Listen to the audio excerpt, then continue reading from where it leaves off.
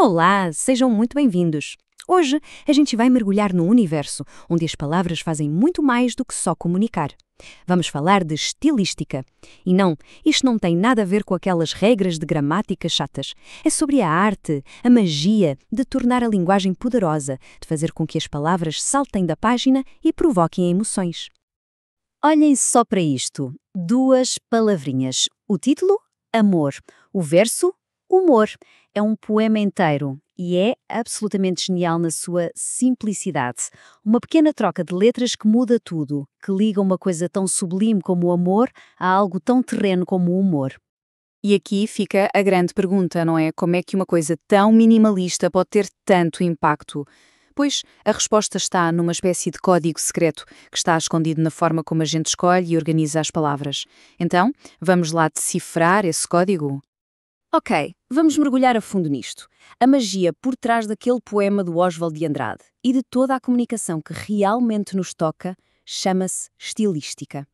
É aqui que a língua deixa de ser só uma ferramenta e passa a ser, bem, uma forma de arte.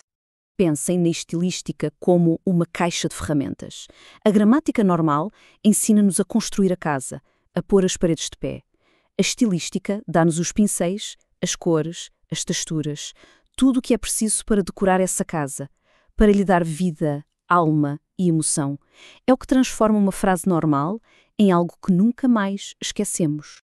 Então, vamos abrir essa caixa e espreitar as primeiras ferramentas. Estas são as que pegam numa palavra e viram-lhe o significado do avesso. São as chamadas figuras de palavras. Elas dão um sentido completamente novo ao que dizemos. A metáfora.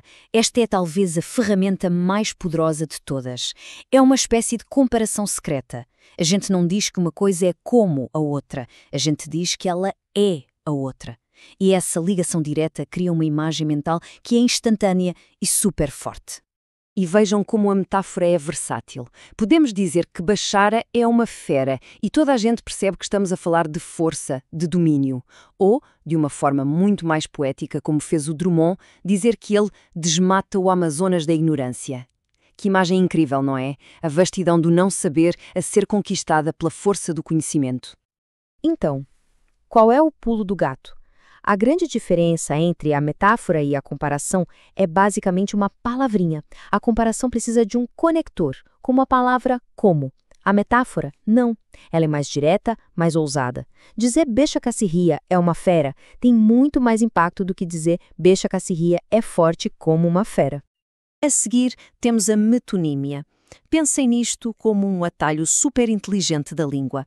Em vez de dizer a coisa toda, usamos uma parte dela, ou algo muito próximo para a representar.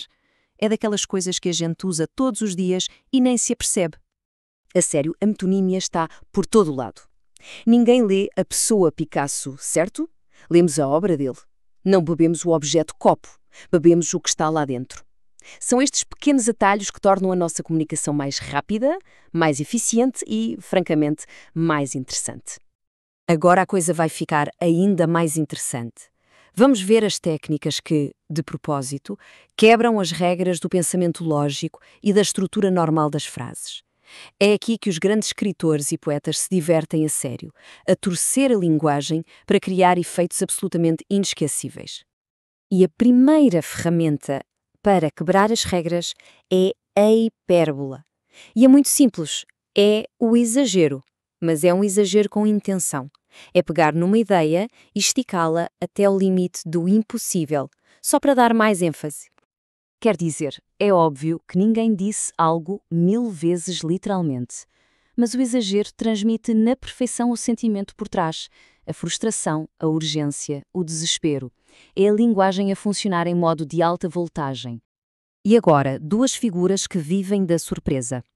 O paradoxo, que junta ideias opostas que, de alguma forma, fazem sentido juntas. E a ironia, que é dizer uma coisa, mas a querer dizer exatamente o contrário. As duas obrigam quem lê ou ouve a parar e a pensar um bocadinho. E há melhor exemplo de paradoxo do que este clássico de Camões. Fogo que arde sem se ver, ferida que dói e não se sente, são ideias que se contradizem, mas que, quando juntas, descrevem na perfeição a natureza completamente ilógica e complexa do amor. É a lógica a funcionar dentro da ilógica. Brilhante.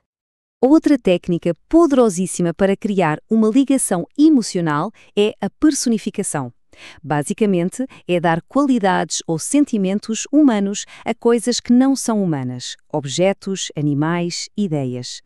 Quando dizemos que a Amazónia chora, criamos uma empatia que não existiria de outra forma. Quando o Vinícius diz que a bomba atómica é triste, ele está a humanizar uma arma de destruição, o que torna a crítica muito mais profunda.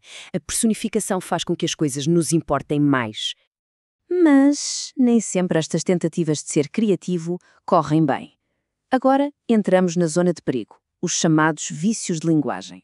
É quando o estilo dá para o torto e se transforma em erro, criando confusão, sons esquisitos ou frases que simplesmente não funcionam. Ouçam bem esta frase. Vou-me já. Soa um bocado esquisito, não soa? Esta junção de sílabas que criam um som. Desagradável, tem um nome específico. O que acabamos de ouvir foi uma cacofonia. A junção de "mas já" cria um som que pode ser estranho ou até cômico sem querer. É um bom lembrete de que, na linguagem, o som das palavras é tão importante como o seu significado. E há mais armadilhas. A redundância, o clássico subir para cima, que não acrescenta nada e só empobrece o discurso, e a ambiguidade, que cria frases com duplo sentido, como "o polícia prendeu o ladrão na sua casa". Na casa de quem, afinal? Do polícia ou do ladrão? São erros que destroem a clareza de qualquer texto. Muito bem, já vimos as ferramentas, já vimos os perigos, chegou a hora de aplicar tudo o que aprendemos. Vamos pegar numa obra-prima e usar as nossas novas chaves para desvendar a sua genialidade. Este é o nosso teste final, o Soneto de Fidelidade de Vinícius de Moraes.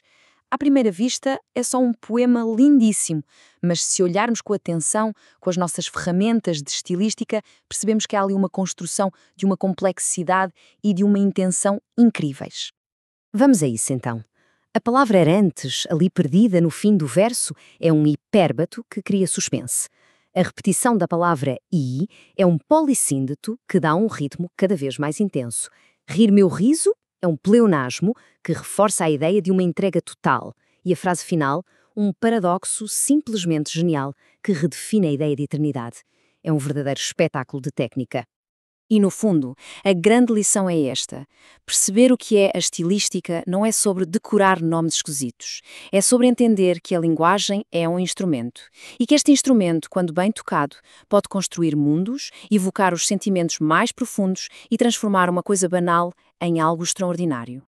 E fica a pergunta no ar. Da próxima vez que lerem um poema, ouvirem uma música ou até numa conversa de café, tentem prestar atenção. As metáforas, os paradoxos, eles estão em todo o lado, só à espera de serem descobertos. O código secreto está mesmo à nossa frente, à espera de ser decifrado.